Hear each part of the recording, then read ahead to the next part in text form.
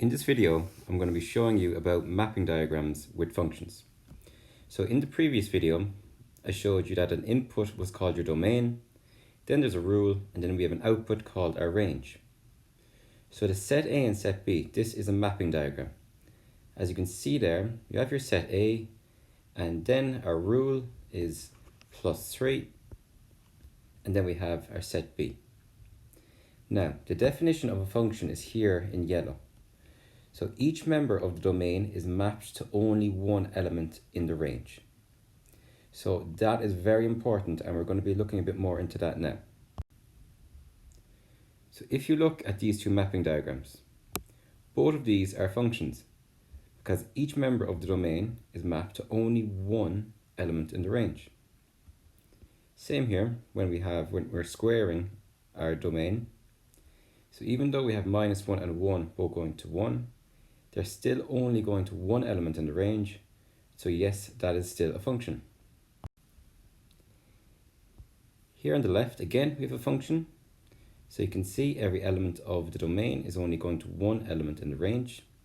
However, on the right then, this is not a function. 25 is going to 5 and -5. So as soon as you see two arrows coming out of domain, that tells you straight away it's not a function. Now, functions can also be written as a set of couples or ordered pairs, where you have your input and then your output.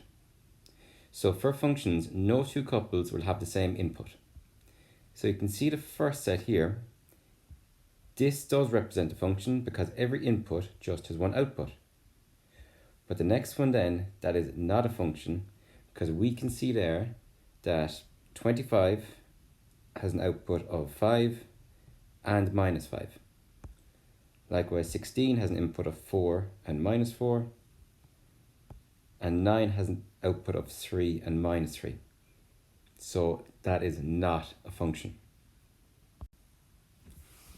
Have a look at these four here, and I want you to pause the video now, and I want you to state which of these are functions. So press play then when you want the answers. Okay, so the first one, yeah, that is a function, because again, every member of the domain is mapped to only one element in the range. The next one then, 2, no, that's not. Because you can see A has two outputs and C has two outputs. The third one, no, that's not a function because again, 9 has two outputs. And the final one then, yes, that is a function because every element in the domain is mapped to only one element in the range. Okay, one final term that you need to know is the codomain. So the codomain then is all the possible outputs. So if you look at the question here, you can see we have 1, 2, and 3 as our domain.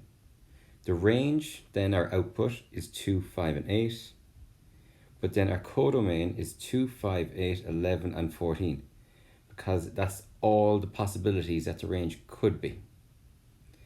So again, your domain's your input, your range is the output, the codomain then is all the possible outputs.